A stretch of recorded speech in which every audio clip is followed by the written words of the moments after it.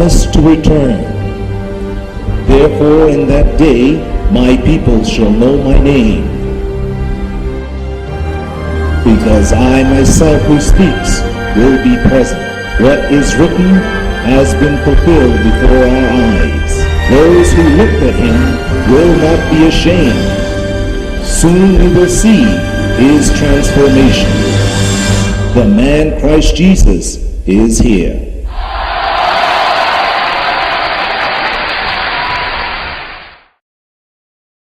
Abba, Father, you can have a seat. Well, let's now go with the topic, a special race on the face of the earth.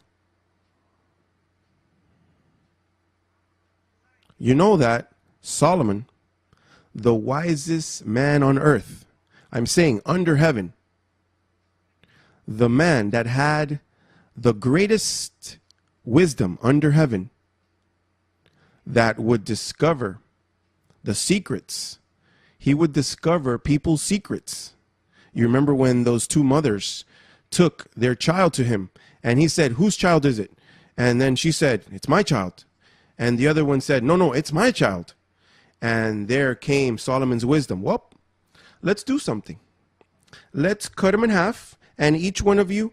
And the true mother said, no, give it to her. She's the true mother, because the true mother looks for the life of her child. So he anticipated that a race was to come. They are minds, spirits, because mind and spirit is synonymous. So then he contemplated this, and Joel also said, in those days when the Lord would come, in that last stage of the movie, there will be people as never before have been on earth. And then the Apostle Paul also spoke of the false science, giving you the understanding that there was a true science. That true science was going to be reflected in a knowledge that super race, not speaking of the children, speaking about us, that we are another super race, would come.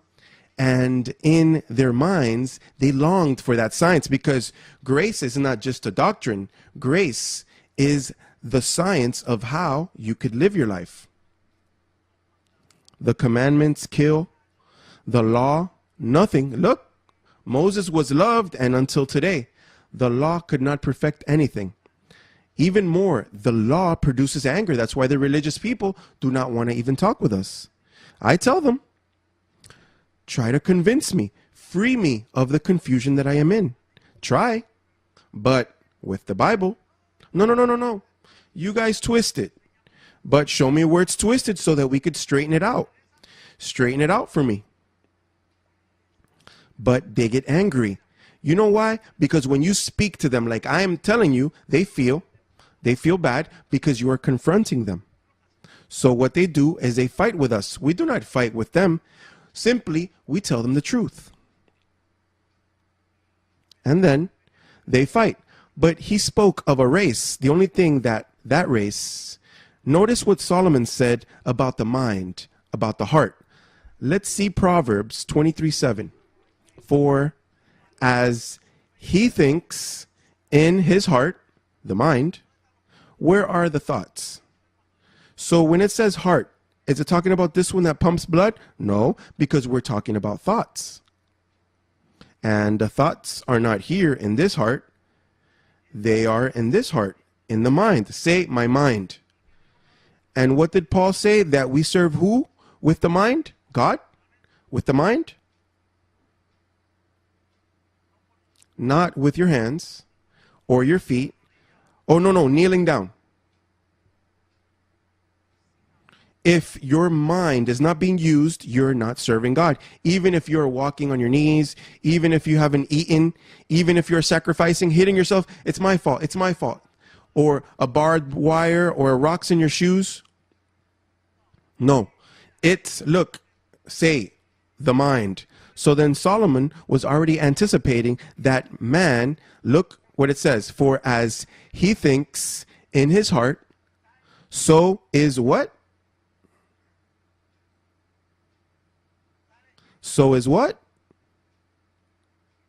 And the reason why it says, eat and drink, he says to you, but his heart is not with you. Look at verse 9, I think it is. What does 9 say? Do not speak in the hearing of a fool, for he will despise the wisdom of your words. That's why you see, I speak with certain family members or friends or people that you see that they are honest. He's nice, right? He's different. He's different. Sooner or later, he is manifested because you speak to them and you are casting your pearls before swine. Their understanding is pig-like. That's why Jesus of Nazareth said, do not cast your pearls before swine. Can't you see that they look like pigs thinking and acting? Imagine you tell them that they're blessed. No. And if you tell them, bendecida, I do not sell AIDS. Oh, that's what you're going to tell me? Oh, and you tell them the devil is destroyed. No, it can't be. But what about if it is? No, it can't be. I don't want it to be like that. I want him to be alive. You tell them that sin was taken away. No, it can't be like that. Sin is there. Everything that you tell them that is good for them, they don't want it. So then they are foolish. So then their heart is in a pig-like state.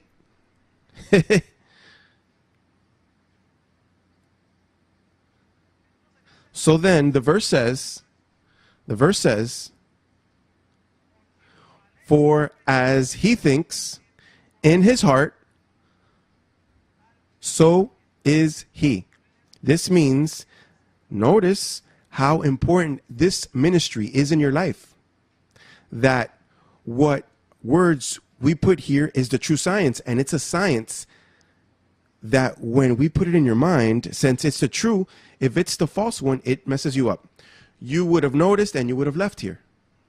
The reason why you can't leave here is, number one, I am reading it.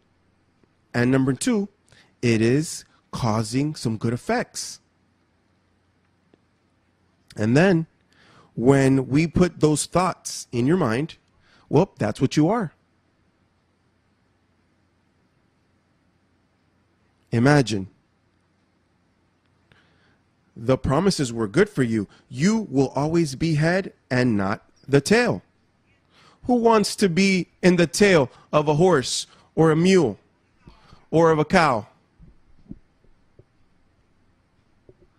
You don't want to be back there? Imagine. You will always be head and not the tail. Paul giving you a little sprinkles, some crumbs, said, for our light affliction, which is but for a moment.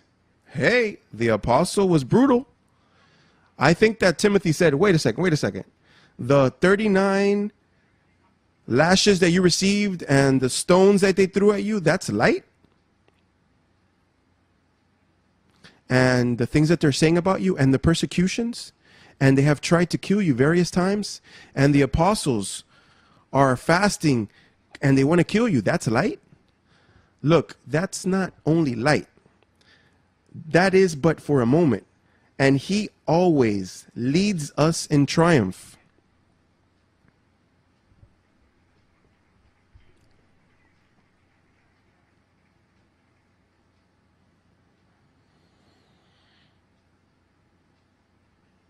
What is better than that?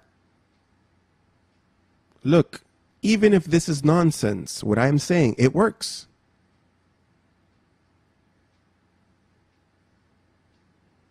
I'm saying, and if you think that it's nonsense, then you have to call the Bible nonsense, and I do not recommend it. Why do you think that the insane do not die and they last for a long time? There's a problem with the state asylum that the insane do not want to die, and the budget, imagine, they reach 90 and they don't die. And there aren't any medical costs because they do not get sick either. Why? Because they are insane. And Paul said that we would be saved with a foolishness, the foolishness of the preaching.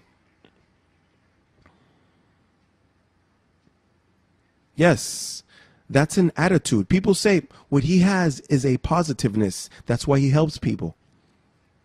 But it's more than that. Look, there was a man, very well known, that he had a church in New York. His name was Norman Vincent Peale. The power of positive thinking. And that's all he had. He didn't have the gospel. He believed in the devil. He believed still in sin. But only with those little drops, he was able to achieve. Well, look, you know about him. That book, when I used to sell insurance with Metropolitan Life, that's the book that they would give you so that you could be positive. And they would teach you positive things. For example, don't call people, hey, you, come here. You. No, by their name. To sell insurance, you have to learn their name. You have to say, Mr. So-and-so. And they were positive things that I stayed with them naturally. I'm saying I try. Because sometimes I forget names, but I practiced to have a good memory. When I speak with someone, as soon as they tell me their name, I stick it in my pocket. Because when they used to tell me Jose Luis, I felt loved, cared about, accepted. Imagine if they say, this delinquent over here, hey.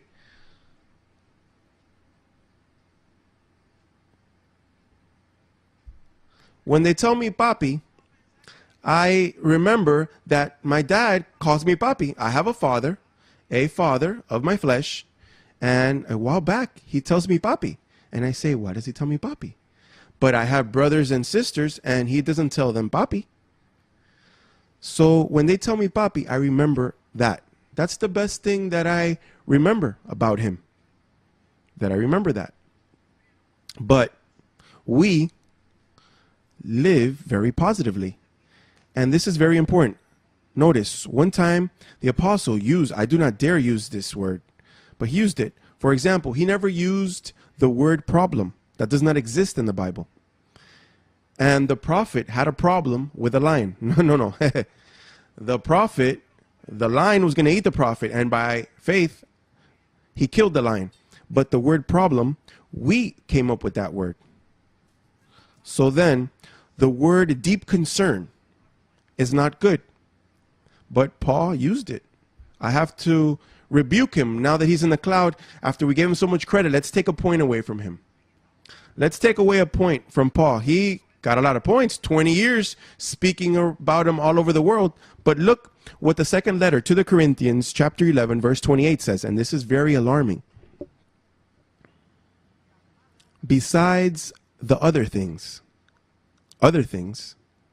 what comes upon me daily, my deep, he should have said just concern. My deep, but you had to be deeply concerned with those apostles giving them heat. With Peter alone, you should be deeply concerned. My deep concern for what? But Paul, hey, look at the apostles saying, who are you? You just got here the other day. You killed Stephen. You used to persecute us. You just got here the other day. We have been here. We were with him for 3 years, seeing miracles. And you just came the other days. Now you're deeply concerned. Why do you have to be deeply concerned about the churches? Leave that to John, to James, to Peter. Why upon you? Because he possessed the true science, the one that makes you happy. The only one that possessed it was him. He knew that they were looking for him to kill him. And he knew that if he left, then all the churches would be dismantled. Why do you think that I get upset and I check the whole world? With your mind, you could do it. It's easy. I do not even use the phone. Not even call.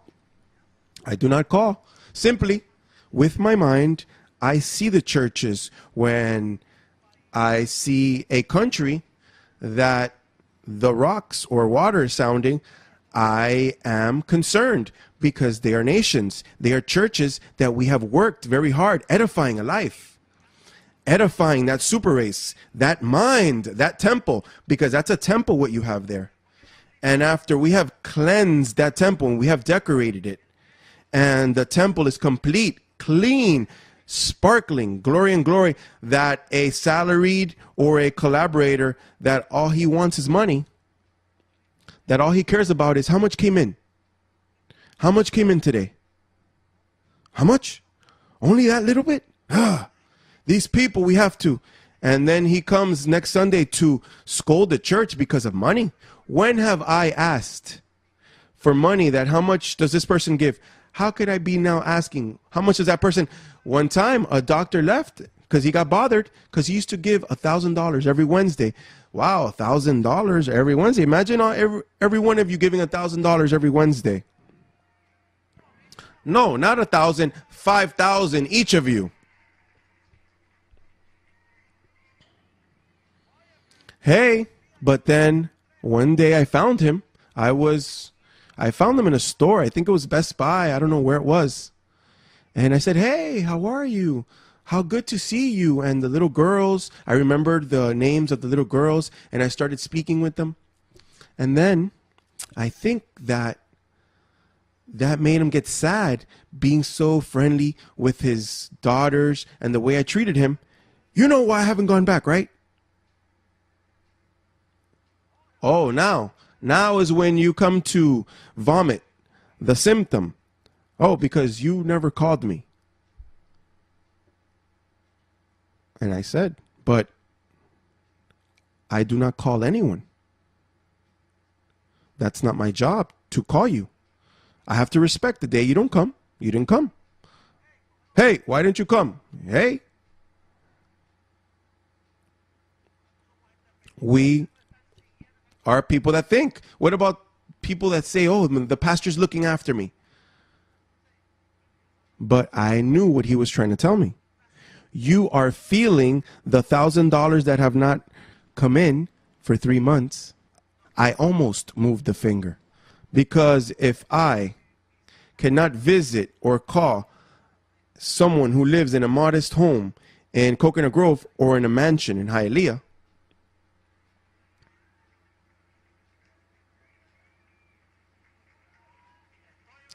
I'm watching you. I'm watching you.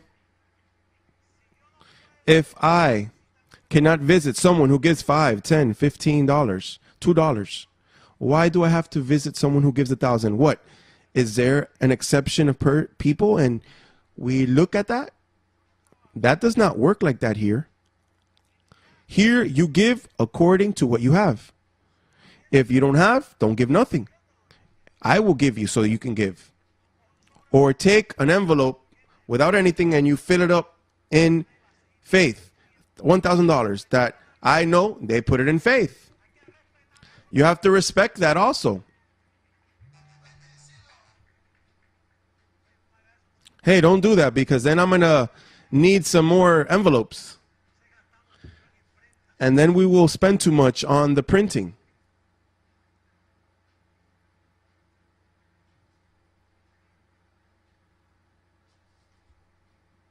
Hey, but Paul was deeply concerned about the churches. They were going to disappear. Of course they disappeared. This is the only church of that kind that Paul started, that they ended over there in 73. This one started. In 1973 was when the first Christian church started, and I was the first member. Because the rest is not Christianity. If that's Christianity, let God come and see it.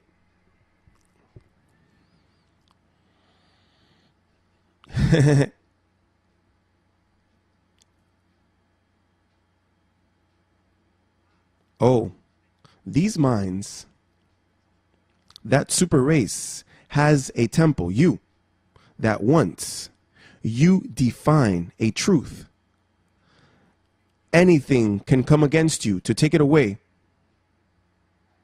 And nothing will move you. Not even one of those trailers.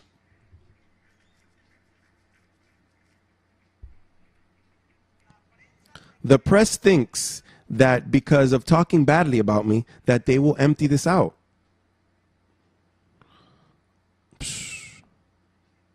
This does not depend on this and that.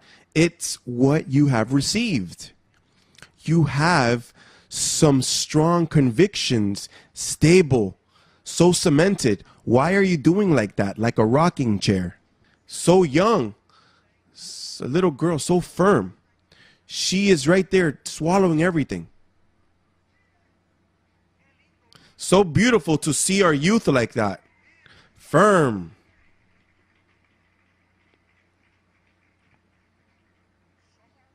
We are very defined minds. Nothing moves us. Nothing buys us.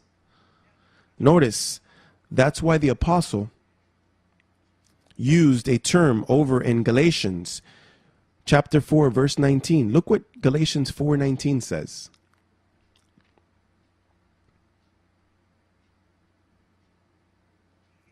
My little children, for whom I labor in birth again until Christ is formed in where? You know what a Catholic thinks when he reads that? Put on a rosary, put a cross on, look for the stamp of charity or Guadalupe, something like that. Do the sign of the cross very elegantly.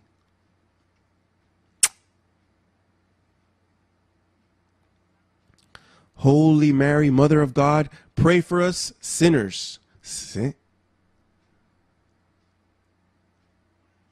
No, that's how they, in the Catholic Mass, that's how they form Christ in you. And in the evangelical, they form Christ. Don't drink, don't smoke, don't dance, don't listen to music. Be careful with what you wear. The clothes does not save you, but it covers you. Commandments, don't say, not this, not that. And Christ is formed. Christ is formed with what I am telling you. With the science of grace, with the true science. That's how grace is formed. When you have a confession in line with what is written that speaks about you. Well, let's finish with this one. Job chapter 3, verse 25.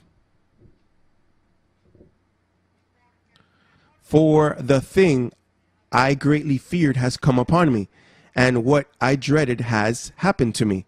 What are you fearing, blessed? Let's confess ourselves. What are your fears?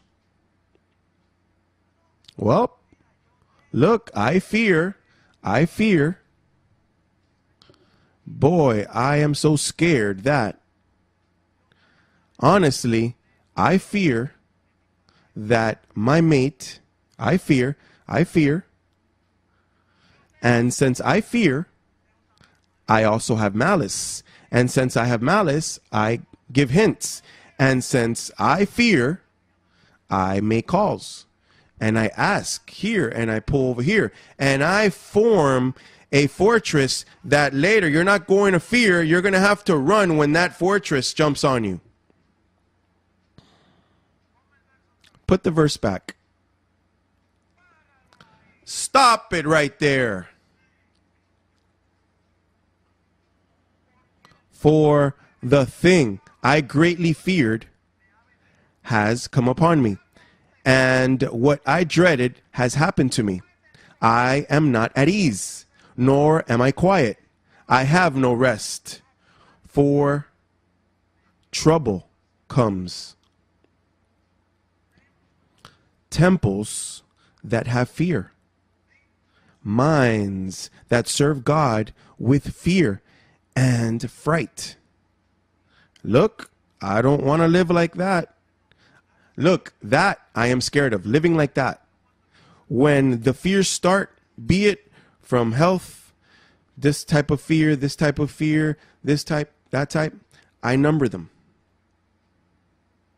And I say, wait, we got to run. I have to look for something. Put some music on.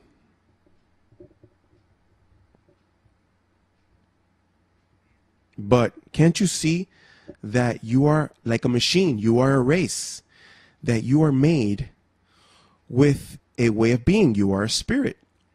So then we have to reform you and form Christ in you, because the transformation depends on that. We have to prepare you, because if you give salt water and sweet water, people come and they drink water. Oh, it's sweet. And then they come to look for sweet, and then it's salty because you are in fear. And then all of a sudden you have two thoughts, and your mind receiving that bad information, the effects are seen days later. You do not notice it. You see it later.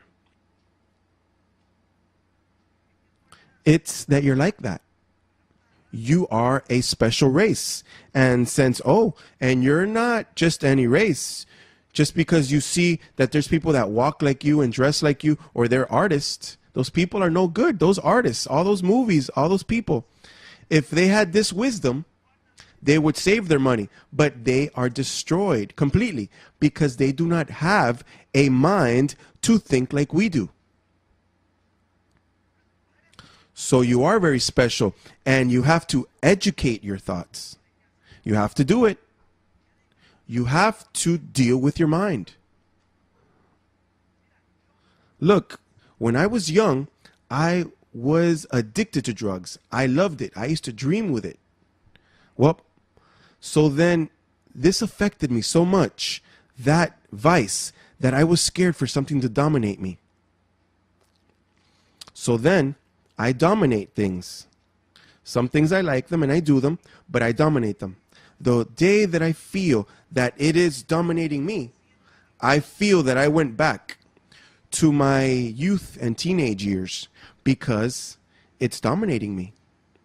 Now, as long as you are in dominion and you're controlling and your mind is controlling.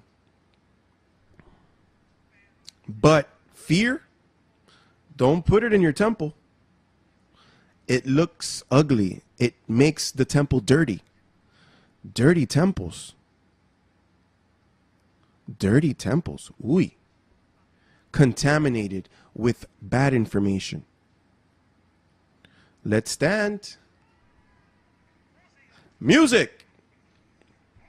Hey, say with me, I will not be contaminated. I am not going to put fear in my mind. I am what I think. I have a lot of health. I have all my body healthy. My heart, my blood runs well through my veins.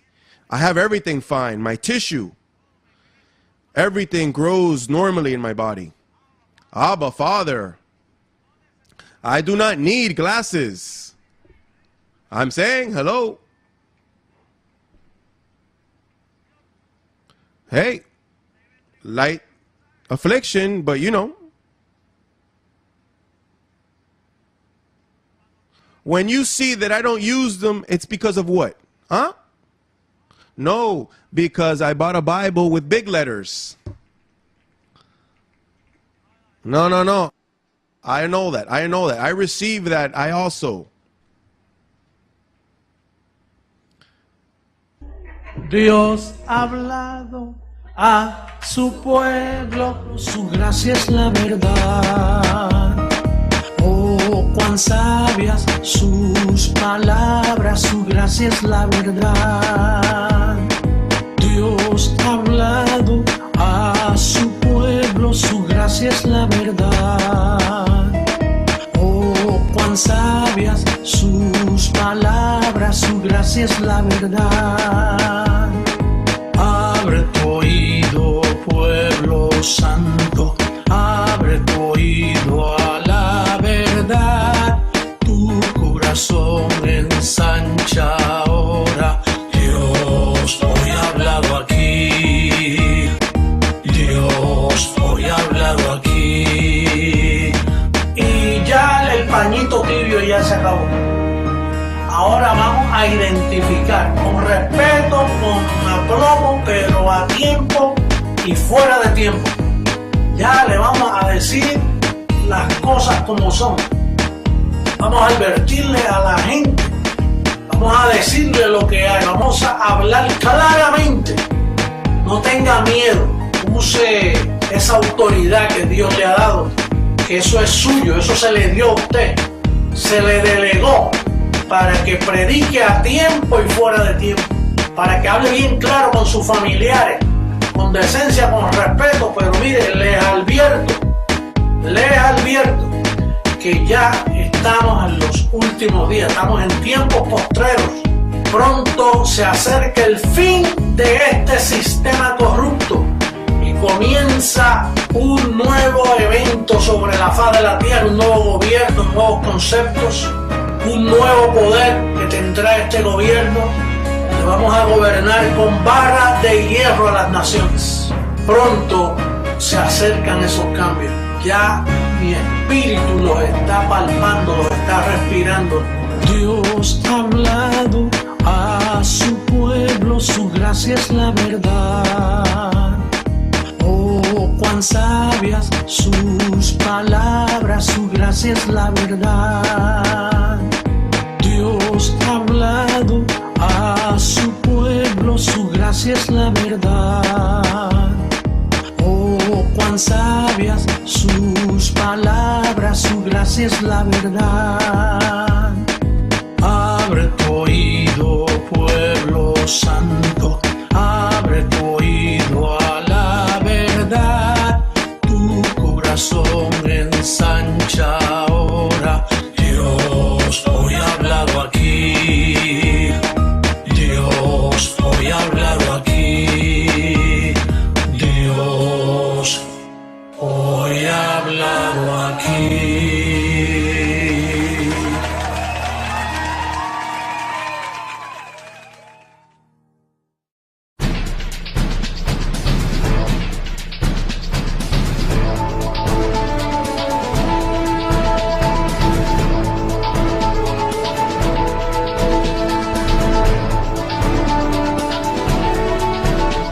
En el año de la transformación, rumbo a Armagedón. Reciban sin límite por su sintonía. Continúen con nuestra programación regular aquí en Telegracia Internacional. Bendecidos.